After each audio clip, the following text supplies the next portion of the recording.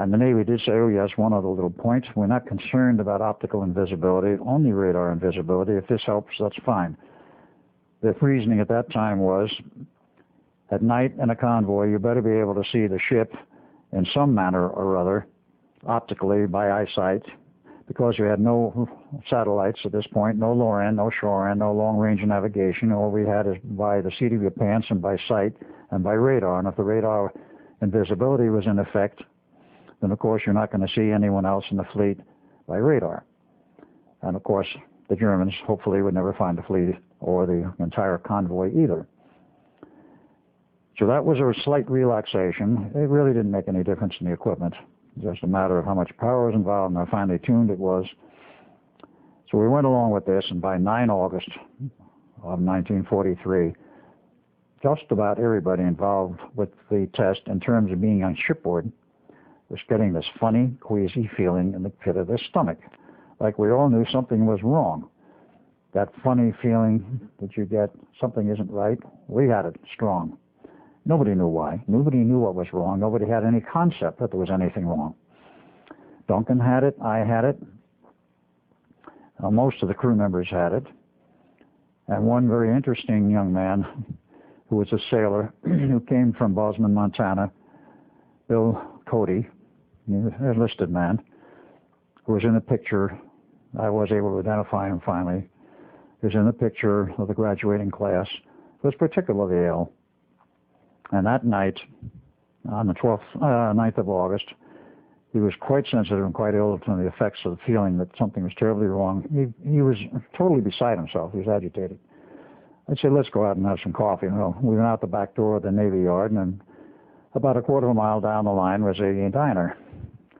And we went there, and we stayed half the night and came back, and he felt a little better. A lot of sailors went there because it was a 24-hour diner. We'll get into this later because it's historically very important. Comes the 12th of August, of course. We all get on the ship. We have our, shall we say, our final party the night before, going into the wee morning hours at the good old Blue Lagoon. And we arrive and we get on board the ship and take our positions. The ship goes down the harbor to the point of test. Now we have 3 observer ships. We have the carrier, we have the Navy Coast Guard ship, and we have a commercial merchant ship known as the SS Furyasev, on which was stationed a man who was at a later date called Carlos Miguel Olenda. That was not his true name. His real name, well known then, was Carl Allen. He was an officer in the Navy and also had a PhD in physics. But that was the lineup. We were set for the test. And of course, at the appropriate hour, everything was turned on by radio link. We turned on the equipment, and of course, the ship became radar invisible, but it was not optically invisible. You could still see an outline of the ship through what was a green haze, a green fog. This green fog, actually, in technical terms, is highly agitated ionized oxygen, or ozone, generated by the various pieces of electrical equipment operating, particularly the RF generators, the RF field generated by the antenna, and certain other equipments. We're producing this greenish fog. That identified where the ship was, and you could see it, and the same large water outline. But then there was a blue flash. After about 70 seconds, blue flash of light, and the ship disappeared, the water line disappeared, and there was no Eldridge. No communication. And this condition, with everybody on board the Eldridge, knowing nothing about what has happened, I will get into that very briefly, but everyone on the carrier and the observer ships had no idea what was wrong and had no concept of what was going on or happened until the Eldridge returned 4 hours later in the same point in the harbor.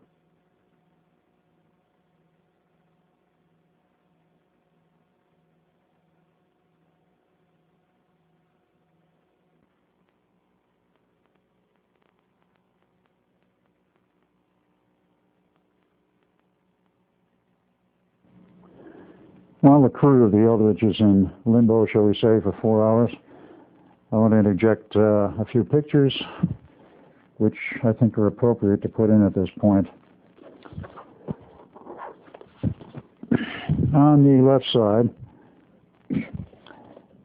is a blow-up myself, Edward Cameron, taken in 1936 in the yearbook of 1936 for Princeton University. You will note perhaps that it says 8 Cameron. Someone forgot to put the Edward in. Perhaps because of that, it remained in the yearbook and was not removed like my brother's was from the University of Edinburgh yearbook. We did track that down. The page was there, but the picture was missing. The other person on this side where my fingers are is my father. Father in his Navy uniform in 1917. Yeoman, first class. As I said, nothing about when he enlisted. We can find any records whatever of him, other than the final days when he was released from the service with a medical discharge. We don't even have a copy of that, but it's in the archives in Bay Shore, Long Island. Now, we go over to the next page, or pages. Again, the one on this side over here, that his father, at the age of 50, in his Coast Guard uniform. Volunteer service in World War II. But he hasn't changed very much in appearance. He's still a very good-looking man. And, of course, his only problem with women was there were too many. They kept chasing him. And we do not know how many children he sired. That's a lost fact of the family. They keep turning up.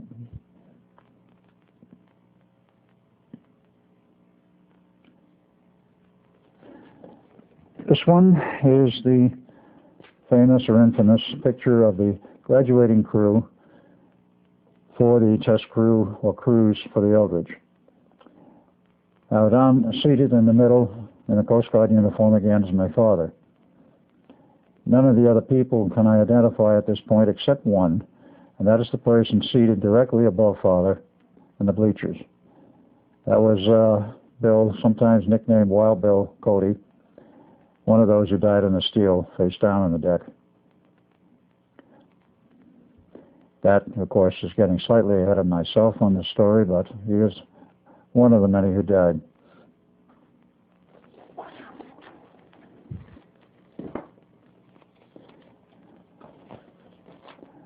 These two pictures, this one first, was taken on board the Eldridge on the 9th of August, 1943, 3 days before the fatal test, and was a final briefing for interested parties, scientists, and a few Navy people. Almost all of them on this picture were civilian. The man giving the lecture I do not currently have the name of, but he was a specialist in subatomic particle physics. He was from India, the continent of India. And it was his lecture, and all of the people there were listening to him. The man in the foreground on this side in the Navy uniform is Dr. Oscar O. Schneider, the MD, who is officially in charge of the medical aspects of the experiment. The man who's I'm pointing to is Oscar Schneider, is this one down here. And next to him, slightly over towards the middle, is a man that looks like he has graying hair. It's because of the black and white, it's not gray. It's a very strange individual by the name of Don Thor. He's holding a sheaf of papers in his hand, as you may note. He was a civilian, and we do not know all of his history, except it is alleged that he, as his brother Val, were from Venus. And why he had an interest in this experiment, we do not know to this day. Nor why he was there, we do not know to this day. Many other people, scientists, we cannot identify. In this picture also included was Dr. Vannevar Bush, advisor to the president, and he's lost in the crowd in the background.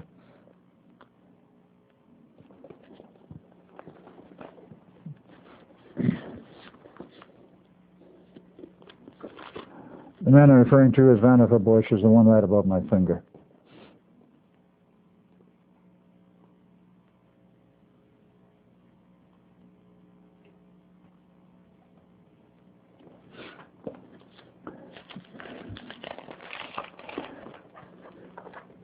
Again, right below my fingers, Dr. Oscar Schneider in his captain's uniform for the United States Navy. He had a very strange history. The official Navy version says Dr. Schneider was born in 1905 in Chico, California, went through U of C Berkeley, got his pre-med, went to Harvard for his medical school, took his internship, and then after he had completed his work and became an MD, he joined the Navy and went up through the ranks in the Navy and became eventually a captain of the United States Navy as a medical officer. The story which he told to his son, Phil Schneider, approximately 2 weeks before he died of cancer, was a bit different. Schneider's story, an official story, is that he was born in Germany before the days of the Nazis, went through school, was a master machinist at the age of 14, eventually enlisted in the German Navy, and worked his way up in the ranks, became a captain in the Navy of a submarine. And in the early stages of World War II, according to Mr. Schneider, or Captain Schneider, had 68 kills to his credit of ships sunk. Wolfpack fleets were very busy in those days. He was captured by the French approximately in 1940, 39 or 40, I'm not sure when now from what was told to me. Was held by the French for a number of time, and after the United States was involved with it, the Third Army was in France, and he was turned over to them. Some negotiations took place, and he wound up in the United States Navy with the same rank of captain as a medical officer. I do not know how this came about, neither does Phil Schneider. He says suddenly he was an MD, and there was no indication from his father, Oscar's statement that he ever went through medical school. It's also peculiarly of interest that of the notebooks of Oscar Schneider I've read, he had a very good grasp of mathematics, including time equations. I find that somewhat strange for a person who is alleged to be an MD. I've never known an MD that knew math, and he certainly did. This may have been the real reason why he was brought into the United States to work on this project, because he was brought straight into it. And as a medical officer, of course, it was a good cover.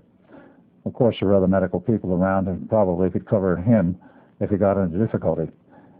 I never met the man after this whole sequence was over. I had an opportunity, but unfortunately I could not get to see him before he died.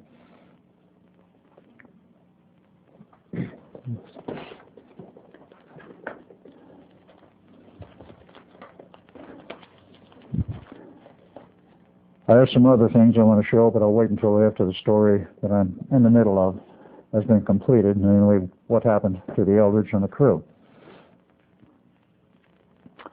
The ship came back to the same spot from which it had left, and it was quite obvious from the observers on the deck of the carrier that something was very much wrong. First, they could not raise anyone on the radio. Secondly, through binoculars, they could see the special antenna on the top of the main mast. That is the one that was used for the project invisibility was broken. There was some other superficial damage visible on the ship, but the most important thing was that they saw sailors milling around on the deck, and they could get no response on the radio. A boarding party was told aboard the Eldridge, which it did, and that is when they found the real extent of the damage. They found 2 sailors buried in the steel deck, dying. Their bodies were intermingled with the steel, and of course nobody could understand how that happened, not at that point. 2 more were found upright, buried in the steel bulkhead. One of them was our younger brother, Jim. We had a younger brother by the name of Jim, 6 years younger than Duncan. He enlisted in the Navy in 1941 after Pearl Harbor, and one could say he drew the short straw and became part of that second fateful crew. And he was dying. This is what was observed. And one other man, a 5th man, had a hand up to his wrist buried in a steel bulkhead, and he lived. They cut his hand off, gave him an artificial one later. There were also found some other very strange activities. A number of sailors were running around on the deck, I should say, milling around rather crazily on the deck, totally disoriented, totally out of it, and to all intents and purposes could be considered as quite insane. They certainly were oblivious to their location, their whereabouts, and what was going on. And with all of this, of course, the radio communication from the boarding party, they put a second boarding party in to take the ship back into up the harbor and back into the location of the back section of the yard. And then, of course, after that was accomplished, and the sick ones and the dead were removed. The dead were removed complete with steel plates and buried complete with steel plates in this unmarked cemetery south of Arlington. The Navy, of course, during this period of the 4 days following, had a board of inquiry. Navy loves boards of inquiry, and of course they pulled up everybody possible. What happened? They wanted to find out, quite obviously. Several officers gave their testimony. I gave mine. They didn't believe me after I gave my testimony. John von Neumann gave some testimony, but he didn't really see what happened. And after all of this, John Neumann took me aside. I might add, Duncan, my brother, was missing. He was not there among those available to give some enlightenment as to what had happened. After all of this, and a decision made by the board some days later, they decided they wanted to do another test with the Eldridge, a third test. There was a lot of destroyed equipment on board the Eldridge at that time when it was returned to the harbor and when they took it in the back section of the Navy Yard. And they replaced it. Over a period of time, they removed it all. They had spare systems in storage because they expected everything to be fully operational and to be fully a success. About 10 sets of spare equipment, complete, were available.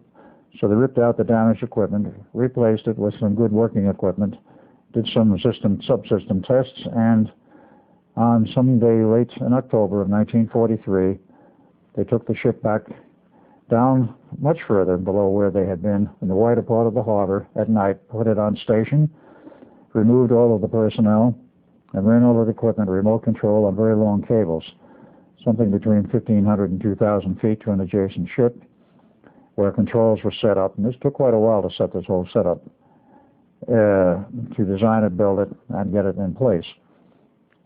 And with the return of the Eldridge from this late night test down the harbor in the very broad part of the bay, the ship returned. They found again burned out equipment on board the ship. That is the equipment related to the invisibility test. At that point, the Navy threw up their hands, decided to scrap the entire series of tests, returned the ship to the Navy Yard with orders to remove the heavy equipment and re-outfit it as a standard vessel of war, because they were very short of Navy ships at that time in the middle of the war in 1943. And they couldn't afford to leave one laid up someplace. So that ship was re-outfitted. The second gun turret was replaced with the wooden dummy with a real turret. And about 1 January of 1944, it went out to sea. And war service through that period of 44, 5, and into 46. And 47, it was put in mothballs, not decommissioned, in storage along with many other Navy ships. And in 1951, the Eldridge was taken out of mothballs along with a sister ship and given to the Greeks for whatever purposes. At the time, it was stated that they were giving these ships under the Lend-Lease program established by Harry Truman, then president. And it wasn't stated that they were under loan. It was merely stated that they were given to them under Lend-Lease. The Greeks kept the ship for many, many years. And one of the peculiarities of this whole thing that turned up was that the ship's log, required by maritime law to be started on the day of commissioning and be kept with the ship until it is decommissioned, must be complete. Now, when the ship is decommissioned, of course, the log can be given to somebody else, whoever might be an archivist or whatever the case may be. The Greeks inherited the ship, and they found that every page in the log prior to January 1, 1944 had been ripped out. Total violation of maritime law, but nevertheless that was the way it was. So the Greeks could not establish anything as to what had happened to the Eldridge prior. The Eldridge remained with the Greeks for a rather long period of time, up until about 1995. And at that time, a period, I'm not really sure what they used it for, but it appears primarily as a training ship. It was left at dockside most of the time at a port in Greece. And the Navy then approaches the Greeks and say, we want the Eldridge back. But you gave it to us. Oh no, we just loaned it to you. We want it back. So the Greeks had to clean it up, scrape the decks, do whatever preparations were required by the Navy, There are photos of this in preparation. They appeared, strangely enough, in the Greek Playboy magazine, of which I have a copy in the photos. And before it was turned over back to the Navy, United States Navy, an individual who had been involved with the Eldridge back in the days when it was being outfitted for the Project Invisibility and knew the interior cabling and wiring and such, decided to go over and see if this Eldridge was the same one which he had known, which was part of the Philadelphia experiment.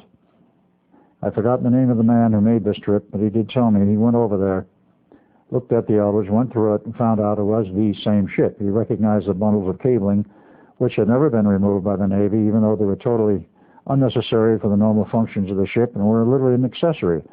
The Greeks didn't know what they were there for. They saw them, and they wondered about it, but of course did nothing about it. The Eldridge was towed across the Atlantic. It was not seaworthy at that point. The hull was in terrible shape. But they towed it across the Atlantic to the Norfolk, Virginia Navy Yard, overhauled it, gave it a new hull, cleaned it up, made a few changes, of course took all of the strange old wiring out, and today, looking like a brand spanking new ship with the same number, DE-173, and the same name, the USS Eldridge, is now parked in Washington, D.C. Navy Yard at the dockside of the Office of Naval Research, their special facility.